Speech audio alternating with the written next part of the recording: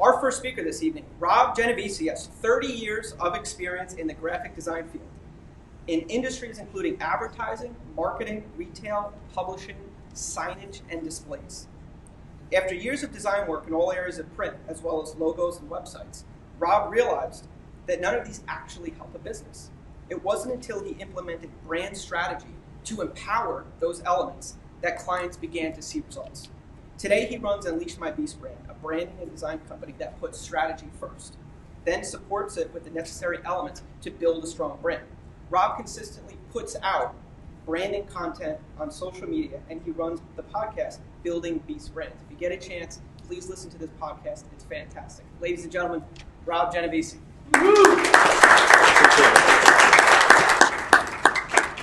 All right, happy to be here. I thank you all for coming down. Hopefully we'll provide enough value for you to go out and have your best year ever. As he said, I'm Rob Genovese. I'm a branding coach. And what I'm going to do for you today is first I want to talk about a few things like what is branding. You know, when I talk to people have different ideas of what branding is. I hear things like, you know, branding is, oh, it's a logo, right? Or it's the name of a company. It's my jeans, you know, people like to rep their brands. It's their phone. There's all these things of what they are. These are examples of brands, but that's not what branding is. These are really elements of a brand. It's only until you bring all the elements together do you really put together and start to build what a brand actually is.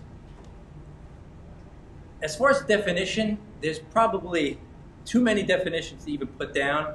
If you ask me, I've got a long-winded answer. Here's mine. Branding is the customer's journey from first exposure through the purchase and the follow-up and every exposure thereafter. It's the entire experience, all right?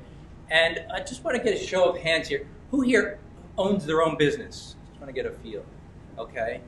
And who here works for somebody, but you're doing the marketing for their business? All right? All right, good, thank you.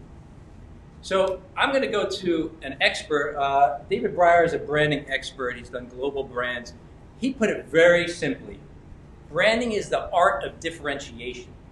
It's how you separate yourself in your industry from everybody else. And I know there's lots of people who run into this kind of problem, especially if you're in a very crowded industry. I was talking with a photographer earlier, Manuel, in a very competitive industry. If you're an insurance agent, you know it's highly competitive, and you're under these umbrellas of some big brands. How do you differentiate yourself? How do we as people say, choose me? Because the fact of the matter is, in this day and age of social media, it used to be years ago, how do I get my name out there? How do I create awareness? How do I expose myself to people? Well, that's no longer the problem. The problem now is, how do you capture somebody's attention long enough to look at you before they scroll on? How do you stop somebody and make them go, I want to know more? Okay, they go to your website, you've got 2 seconds before they bounce if you don't capture their attention. 2 seconds. And they say our attention spans are going down to that is less than a goldfish. So think about that next time you're scrolling. All right, let's talk about what branding examples are and what branding can do. Hey, anybody coffee drinkers in here? I'm not a particular coffee drinker. It's like everybody except me, I know. Well, we got coffee, right? For $1.50, $1.50, right? You go to any kind of coffee shop at any corner, get it for $1.50. Here you've got coffee, right? But it's not coffee. Right? Any Starbucks people? Come on, Starbucks people, your own crowd. I got a guy. He will walk past 13 coffee shops before he gets to the Starbucks because that's the only thing he's going to get.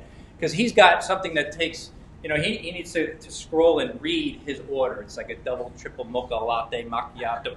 I don't even know how to order coffee. I walk in there and I'm like, small tea. They're like, what is that? I don't know. So here's the difference. When you don't brand, you charge $1.50. Now, by the way, this is their fresh brewed coffee. This is not a specialty. So this is apples to apples.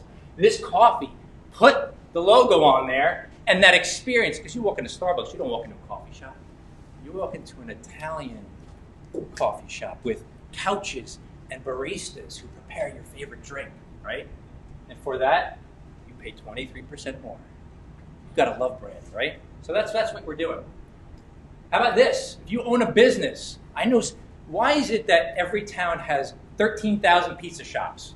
Why is that? and they go out of business, and they go in business. I've seen pizza shops where it goes out of business, and then another guy opens up another pizza shop in the same spot, thinking he's going to be the difference, right? Average pizza shop does revenue of roughly about $769,000 annually, right? Corner pizza shop. Now, which would you rather own? How about pizza shop? Now, I'm Italian. Any Italians in here? We got some Italians. Some people won't raise their hand because they're really Italian. I don't like Domino's pizza. I would probably only eat it if I was at a party and there's no other food and I'm starving. I like pizza. What's that? Yeah, even. I like real pizza. But if I was going to own a business, $3.4 billion annually. If I want to own a business, sign me up for Domino's every day, right? So why don't more businesses differentiate if clearly differentiating yourself is more profitable and more valuable? Why don't they do it? There's a few reasons, right? First thing is courage. It takes guts to make sure that you're different from everybody else. I talk to business owners and they say things like, well, I have to behave a certain way in my industry because otherwise people don't know that I'm a part of that industry. They think that I'm different, I'm not playing by the same rules. And I go, well, why is that the case? Well, I have to dress like they dress. We have a set of rules. We're supposed to look a certain way. We're supposed to talk a certain way. And I said, well, why? They said, because that's what people expect. Did you know doing what people expect is the death of your business being the choice, being the difference? It takes guts to brand. How about help? You need professional help. I'm going to do my best to give you enough value to do something on your own. You don't have to hire my company. You can do this on your own, and I'll give you some tools at the end. I'll give you a website. You can get some free tools. You can download. I'll offer a free assessment at the end. I'll give you a place to do that. But if you want to do this on your own, it does take professional help to do it in the most cohesive way possible, but you can get it done on your own. At some point, you do need help. See, if you're starting up a business, you don't necessarily need branding to start up. You need sales. Get the sales. Then once your business plateaus and you don't know why isn't advertising working anymore? I've heard this. My advertising's not working. It was working, now it's not working. What are you doing? I'm doing the same exact thing. I'm spending the same exact money. I was doing great, business was growing, now it just plateaued for a year, 2 years. What's the difference? At that point, branding is necessary to take it to another level, because what got you to that point is not going to be what's going to take you to get to the next point. All right, so it does take professional help. The other thing is it's long term. Branding is not a short term thing. It's not like we're going to brand this company and next week our profits are going to go up 23%. That's not going to happen. It's a long term game. It's building a brand. It is not just implementing a brand and seeing results. I had a contractor friend come to me.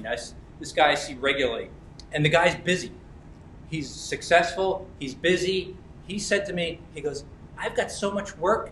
He goes, I don't even answer my phone anymore. He goes, look at my van. He has a white van outside.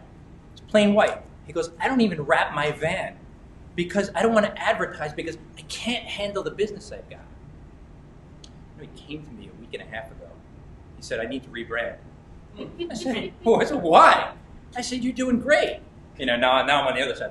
Why? You don't need to brand. You're doing great. You're successful. You're making all the money you want. You know what he said to me? He goes, because in 5 years, I want to exit the business, and I need a big check to do that. And right now, I can't sell it based on my branding because it doesn't have enough value.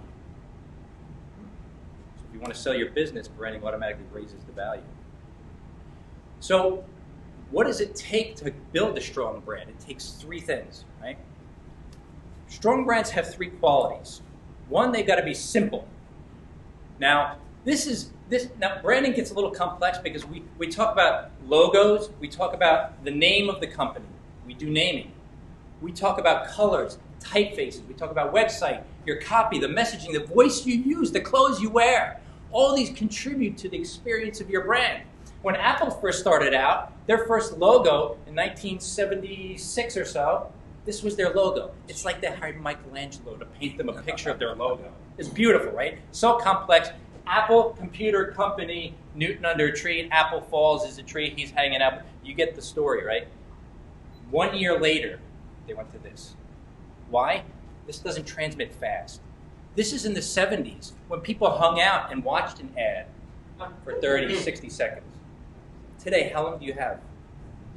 Half a second, right? They're scrolling. They're flicking. They're changing. It's at their command. So it has to be simple. If it's too complex, your customers are like, customers don't have time to figure it out. It needs to be unique. So what's unique here? Now, Airbnb, when I first saw this, I had no clue what they did. That was B&B. Well, there's B and B. I know that's bed and breakfast. Like, put that together. I don't know the air part. I think this is B&B, bed and breakfast. They put an air in there. I didn't know what that meant. I saw this, which was interesting. You know what I did? I Googled them. I found out who they were. I'm like, what is this? What is this Airbnb thing? Oh, somebody told me. Oh, don't you know what that is? They told me. But here, have you ever used Airbnb? Who's heard of Airbnb? Come and give me hands. Help me out. Who here has heard of Homestay? Come on. One. Did you know they're a direct competitor? This is not simple or unique. This violates number 1 and 2. This is a heart, so what? Who doesn't have a heart? These are a bunch of houses in there. Can you see it? Neither could I. Right? Homestay. Okay, homestay. I get it. Stay at home. I'm making the connection somewhat. But it's not really unique, so guess what? Washes right over you like it wasn't even there. Number 3, it's got to be sticky. All right? Virgin. I can hardly say the name of that blush. Virgin. I feel like my mom's watching. I said Virgin. She's like, Virgin, one of the biggest global brands there are. We're going to talk about Virgin Airlines for a second. Now, has anybody flown Virgin? Bought music at a Virgin store? I mean, what don't they do? Right? If I say Virgin to you, what do you think? You probably blushes too, right? You think, dude, back off, right? Virgin, I'm going to smack you in the head. Allegiant. What do you think of when you think of Allegiant? Airlines. You do think of airlines. Who thought of airlines? 2. Who they were. 3. Did you know who they were? Allegiant. Could they be an insurance company? I mean, just from the sound of it. They could be a financial company. They could be a big conglomerate. You have no idea who they are. Are you going to remember Virgin? Red, handwritten, bit rebellious, right? The way this is. This looks like 10,000 other companies. May or may not be airlines. I don't know. It's not sticky. You're not going to remember this. This, you're like, Virgin. I flew on Virgin, right?